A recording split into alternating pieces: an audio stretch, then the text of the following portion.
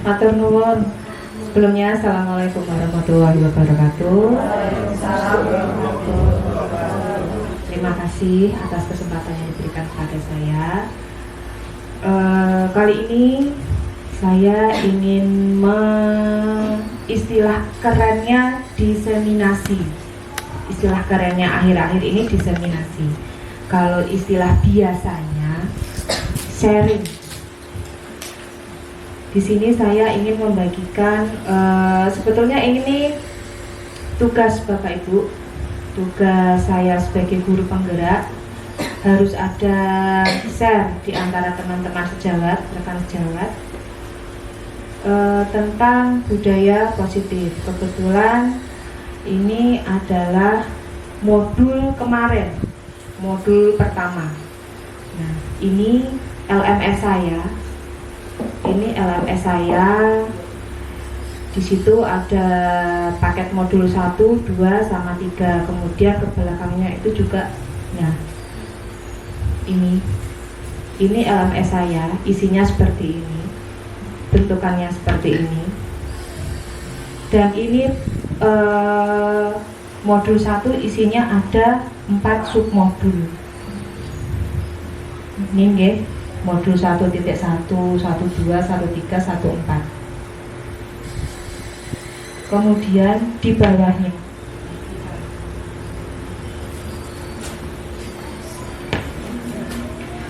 bawahnya ini khusus untuk modul 1.4 itu ada beberapa subbagian. Yang hijau ini sudah saya lakukan. Nah, kalau ruang kolaborasi itu saya sama teman-teman Zoom, kalau enggak ya Jimit gitu. Kemudian kalau demonstrasi kontekstual itu berarti saya buat PPT. Kemudian ada elaborasi koneksi antar materi, itu koneksi dari submodul 1 sampai submodul 4 itu sudah saya lakukan. Dan sekarang aksi nyatanya yaitu forum berbagi aksi nyata. Judulnya sesuai dengan modul Bapak Ibu, budaya positif. Saya ndak slideshow nggih. Saya pengennya modelnya seperti ini. Nanti keterangannya ada di LMS saya. Kemudian yang pertama diseminasi. Apa itu diseminasi? Diseminasi adalah suatu kegiatan yang ditujukan kepada kelompok atau target individu agar mereka memperoleh informasi, timbul kesadaran, menerima, dan akhirnya memanfaatkan informasi tersebut. Nah, itu men-sharing ilmu Bapak Ibu. Saya tidak ingin itunya hanya men-sharing ilmu, tidak ingin bahasa kasarannya, saya tidak ingin menggurui, saya tidak ingin aku kiyo iso dewe, pinter dewe atau apapun, enggak. Monggo, apabila bermanfaat bisa dipraktekkan, apabila kurang berkenan dan bermanfaat bisa dilupakan, di skip nggih. Kemudian budaya positif. Apa itu budaya positif? Budaya positif adalah suatu pembiasaan yang bernilai positif. Di dalamnya mengandung sejumlah kegiatan yang mampu menumbuhkan karakter murid. Budaya positif perlu dibangun dalam suatu kelas. Jadi kita ke lingkup kelas dulu. Nah, di sini ada 7 kalau dibilang materi nanti kebanyakan. 7 bab, 7 subbab, 7 tema yang pengen saya bahas. Yang pertama, perubahan paradigma belajar, kemudian ada disiplin positif, kemudian motivasi perilaku manusia, ada kebutuhan dasar, ada posisi kontrol restitusi, ada keyakinan kelas, kemudian ada segitiga restitusi. Yang pertama, memasuki paradigma belajar, perubahan paradigma belajar. Paradigma itu apa sih? Paradigma itu adalah pergeseran paradigma, didefinisikan sebagai perubahan penting yang terjadi ketika cara berpikir yang biasa tentang atau melakukan sesuatu diganti dengan cara yang baru dan berbeda. menurut Kun Thomas. Kemudian kalau menurut Badan Standar Nasional Pendidikan sendiri, paradigma pendidikan merupakan cara pandang dan proses memahami pendidikan nasional dalam bentuk pengamatan dan proses pencarian cara mengatasi permasalahan yang muncul dalam pendidikan nasional. Ini terutama dalam kelas kita. Nah, kurang lebihnya perubahan paradigma itu seperti ini Bapak Ibu. Kalau yang dulu itu berorientasi pada guru. Pokoknya iki guru kudu iso iki, katakanlah seperti itu. Ada bintang ini sebagai penambah ilmu. Terus siswa sebagai objek belajar. Kalau yang dulu. Kemudian ada proses pembelajaran terjadi pada waktu, tempat, saat itu juga tertentu. Pokoknya kalau di kelas ya udah pembelajarannya di kelas wae, nggak usah keluar kemana-mana gitu.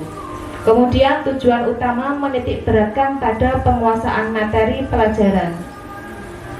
Penambahan sampai 10. Yo, bagaimana caranya si A bisa, pokoknya bisa, harus bisa. Ini bagaimana? Tambahannya ini bagaimana? Nah, kemudian untuk saat ini pergeserannya, kalau dulu berorientasi pada guru, sekarang berorientasi pada siswa. Kemudian siswa sebagai subjek belajar. Jadi secara tidak langsung kita itu ngetut kemampuannya, ikut kemampuannya siswa. Bukan siswa yang ikut kita, enggak, tapi kita yang mengikuti kemampuan siswa. Karena untuk saat ini murid itu subjek belajar. Proses pembelajaran terjadi di mana saja. Ketika jenengan, kalau dulu itu hanya di kelas, kemudian pergeseran, sekarang bisa di halaman kelas atau di lapangan, atau mungkin bahkan saat kita sedang berjalan-jalan atau kita sedang ke pasar, itu bisa kita jadikan pembelajaran kepada siswa kita. Kita tidak usah ke siswa deh, kita ke anak kita. Ini apa, kalau ke pasar ini buahnya apa, ini warnanya buah apa. Itu juga secara tidak langsung adalah kita memberi pelajaran kepada anak kita. Kemudian tujuan utama pada pembentukan tingkah laku yang lebih luas, lebih ke karakter Bapak Ibu kalau sekarang.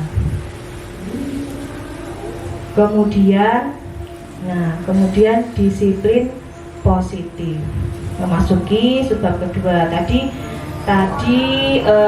perubahan paradigma belajar yang tadinya kabeh kudu melu guru, apa-apa kudu melu guru. Sekarang kita menyesuaikan ke siswa, bagaimana siswa bisa berkembang, bagaimana siswa nantinya bisa tidak harus menguasai materi, karena sekarang kan ada fase-fase, berbagai fase. Kalaupun kelas saya contohkan kelas saya, kebetulan kelas saya kelas 4, tapi saya gunakan fase pertama. Kalau saya mau nambah fase lagi, sepertinya kok keberatan, meskipun ada yang bisa, tetapi keberatan. Kemudian memasuki disiplin positif. Disiplin berasal dari bahasa Latin disciplina.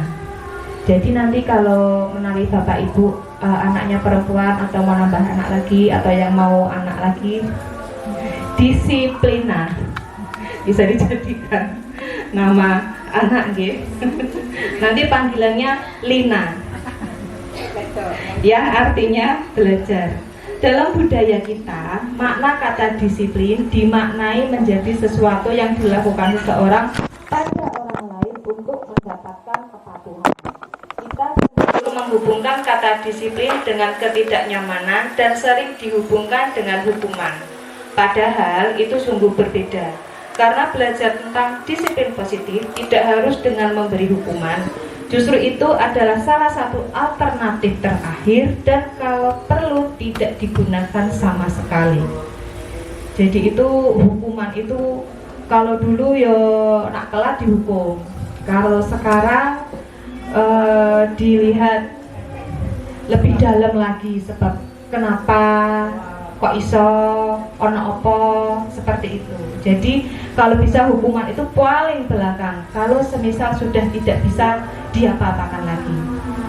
Karena disiplin positif merupakan sebagai bentuk kontrol diri, belajar untuk kontrol diri agar dapat mencapai suatu tujuan mulia. Tujuan mulia di sini mengacu pada nilai-nilai atau prinsip-prinsip mulia yang dianut seseorang. Nah, ini nilai-nilai atau prinsip-prinsip mulia dari beberapa lembaga. Kalau kita cenderung ke profil pelajar Pancasila nih, isinya apa ya? Isinya itu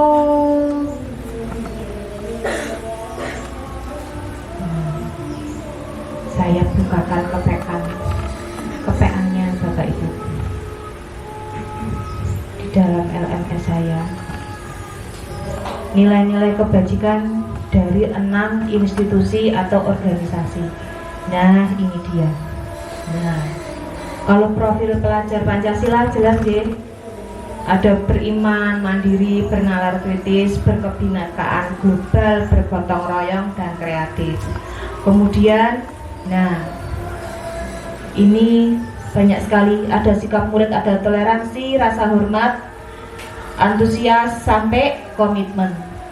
Kemudian ada lagi dari 9 pilar karakter. Ini Indonesian Heritage Foundation.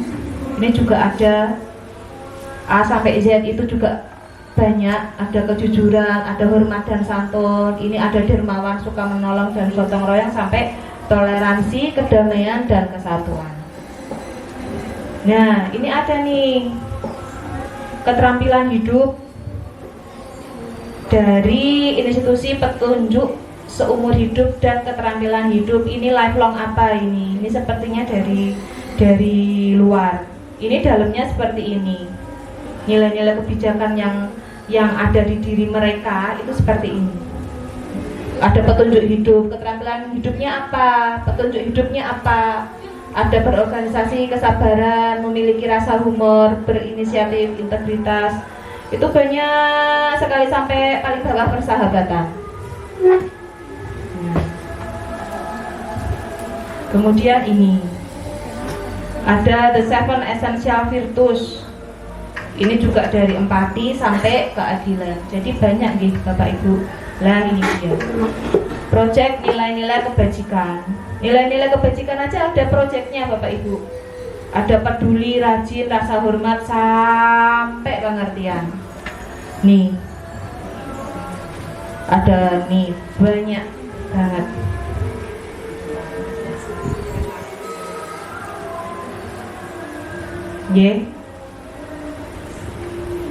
Nah, memasuki bagian ketiga, motivasi perilaku manusia. Diana Gosen dalam bukunya menyatakan ada 3 motivasi perilaku manusia. Yang pertama, untuk menghindari ketidaknyamanan atau hukuman. Kemudian yang kedua, untuk mendapatkan imbalan atau penghargaan dari orang lain. Kemudian yang ketiga, untuk menghargai diri sendiri. Untuk menghargai yang pertama, untuk menghindari ketidaknyamanan atau hukuman, itu termasuk motivasi eksternal. Jadi yang pertama sama yang kedua, yang A sama yang B, itu adalah motivasi eksternal dari luar. Tapi kalau yang ketiga, itu adalah motivasi dari dalam diri sendiri. Kalau untuk yang pertama, untuk menghindari ketidaknyamanan, itu terkadang di dalam benak, dalam hati kita, dalam pikiran kita itu mungkin timbul pertanyaan, apa yang akan terjadi apabila saya tidak melakukannya? Itu untuk bagian yang pertama, untuk menghindari ketidaknyamanan. Pasti secara tidak langsung akan, kok nak misalnya aku ora nindaki ngono piye yo, kok nak, nah iki kae kok ini, tapi nak misalnya aku ora piye yo. Nah, kemudian yang kedua, pertanyaan yang muncul, apa yang akan saya dapatkan apabila saya melakukannya? Maaf ya Bapak Ibu, ini tuh harusnya hurufnya Y, tapi kok di sini kok T ya? Maaf, ini saya sampai jam 1 ngebut saya ceritanya. Ini pasti dalam diri ada pertanyaan, kok yang misalnya aku ngelakoni ngono kuwi, aku entuk imbalan apa ora yo? Aku entuk nilai positif apa ora yo? Kira-kira yang misalnya aku ngono mengko sesuai aku direwangi ora yo? Biasanya kan seperti itu. Itu motivasi dari eksternal. Kemudian yang dari dalam itu, saya akan menjadi orang yang seperti apa kalau saya melakukannya, untuk menghargai diri sendiri. Pertanyaan yang timbul untuk menghargai diri sendiri. Nah, dari motivasi-motivasi tadi itu muncul, akan mengakibatkan ada hukuman, ada konsekuensi, ada restitusi. Hukuman itu sebuah cara untuk mengarahkan sebuah tingkah laku agar sesuai dengan tingkah laku yang berlaku secara umum. Iki lho ngene, iki yo ngene, iki lho ngene. Kamu kalau enggak gitu nanti kamu tak gini, gitu ya. Kemudian kalau konsekuensi akibat hasil atau pengaruh dari suatu perbuatan. Ini kalau menurut Kamus Besar Bahasa Indonesia, maaf M-nya hilang. Kemudian kalau restitusi, apa sih itu restitusi? Ini kata baru ya. Saya aja baru dengar, kalau nggak di guru penggerak saya nggak dengar kata restitusi.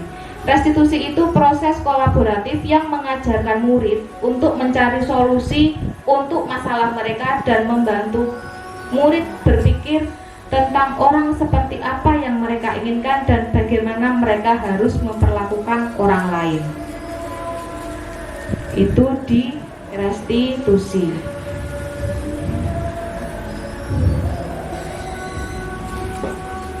Restitusi itu kata baru ya, tawar menawar. Jadi lebih ke win-win solution. Nah, ini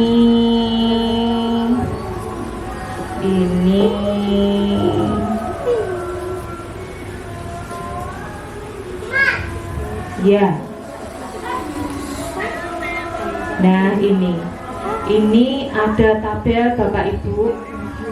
Ini tabel hukuman, konsekuensi sama restitusi. Kalau hukuman itu sesuatu yang menyakitkan dan harus terjadi.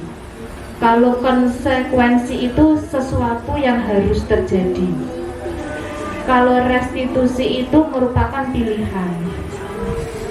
Yang ora A ya berarti B, yang ora B ya berarti C, yang ora C ya berarti sampai Z. Ini konsekuensi sama restitusi itu bisa diidentifikasi sebagai identitas yang sukses karena akan ke disiplin positif, nantinya akan memiliki perilaku disiplin positif gitu.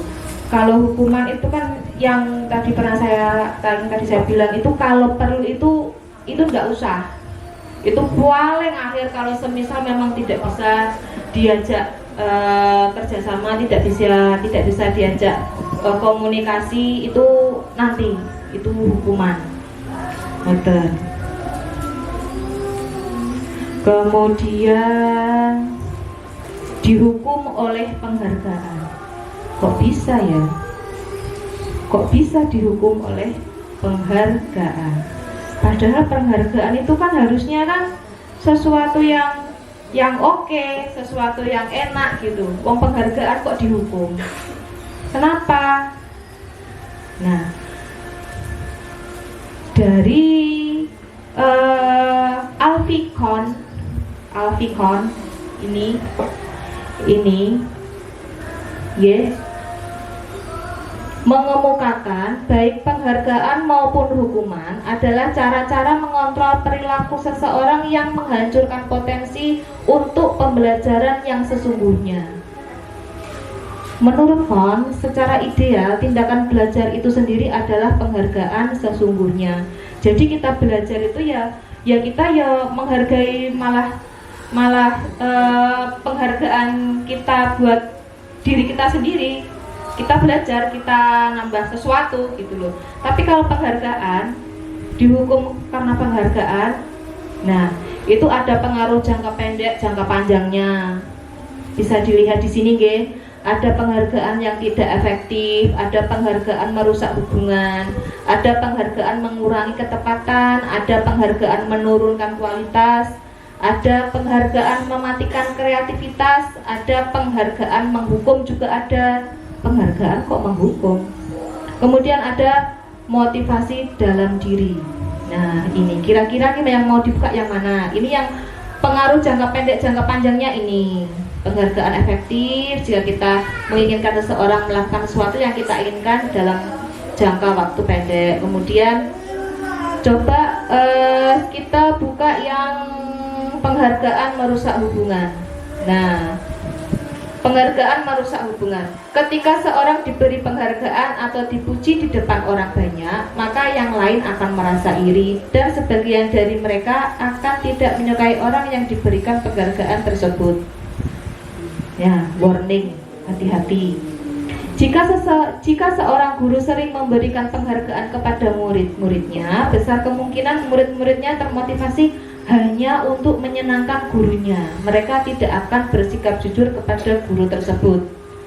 Bisa jadi ya, kalau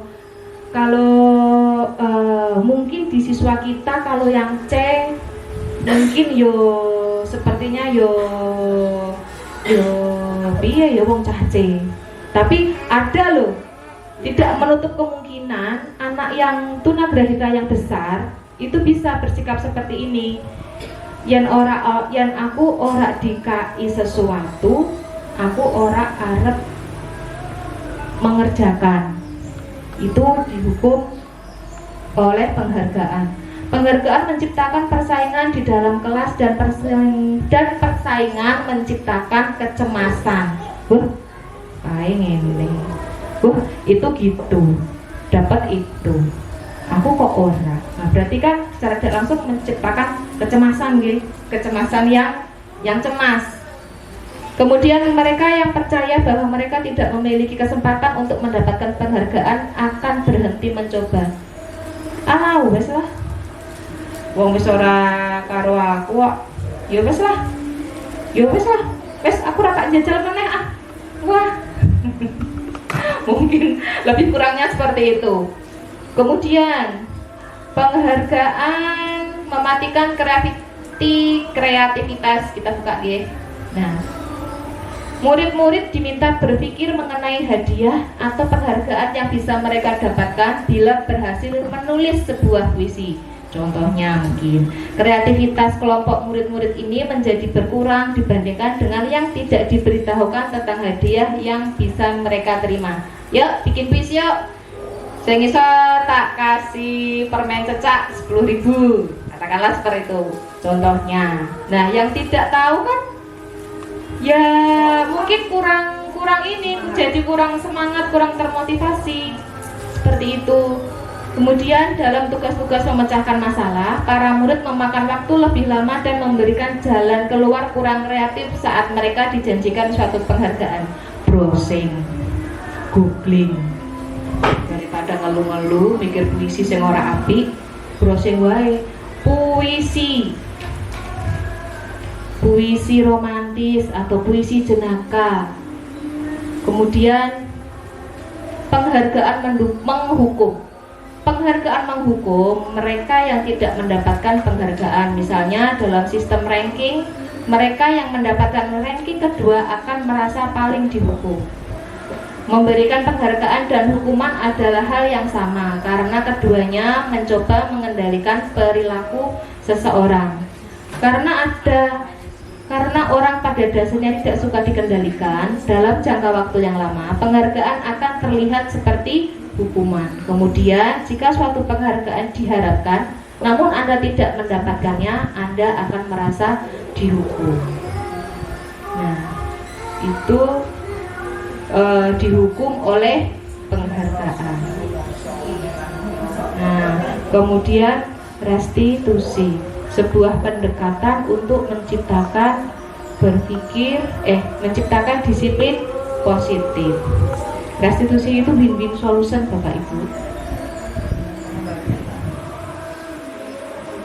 Sebuah pendekatan untuk menciptakan disiplin positif itu restitusi. Kalau di sini itu restitusi itu banyak. Kita membahas masalah murid,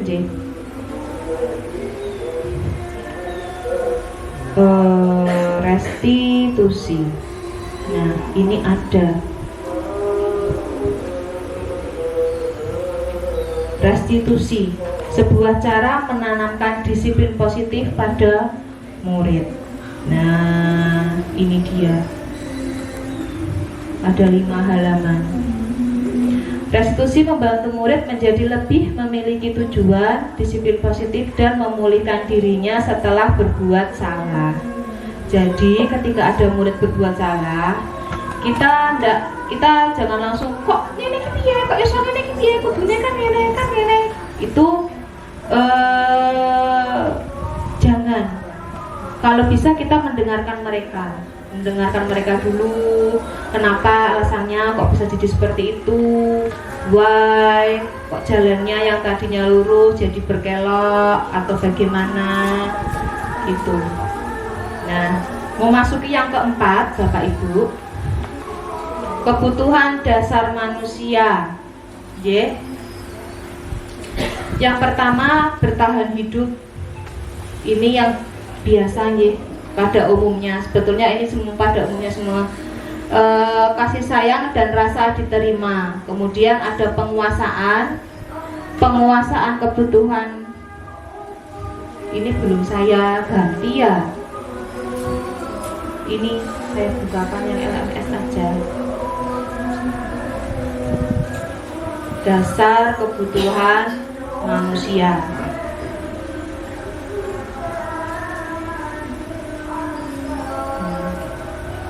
Ini nanti sampai modul 3 itu seperti ini, Bapak Ibu. Dan setiap selainnya setiap halaman yang dibuka itu ada harus berkomentar.